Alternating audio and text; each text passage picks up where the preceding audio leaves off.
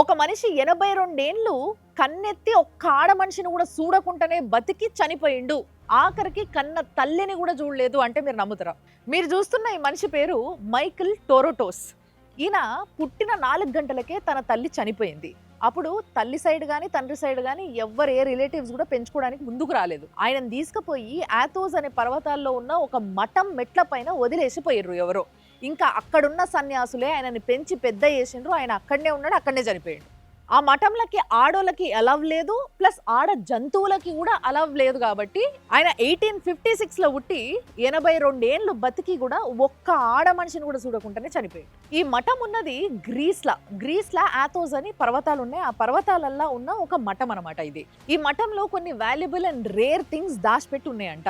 అవి ఏంటివి అని అంటే, కొంతమంది పర్షియన్ ప్రీస్ట్లు జీసస్ పుట్టినప్పుడు గిఫ్ట్ల లెక్క ఇచ్చిర్రు అన్నట్టు. ఆ గిఫ్ట్లు ఇప్పుడు ఆ మఠంలో ఉన్నాయి.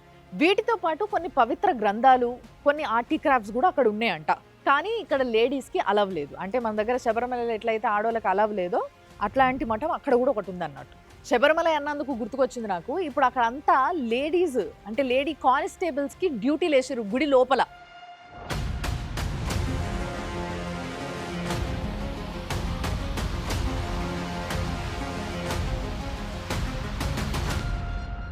ఈ విషయం పైన చాలా గట్టిగా చర్చలు జరుగుతున్నాయి. కేరళ గవర్నమెంట్ కావాలనే ఇట్లా చేస్తుంది అని మాట్లాడుతున్నారు.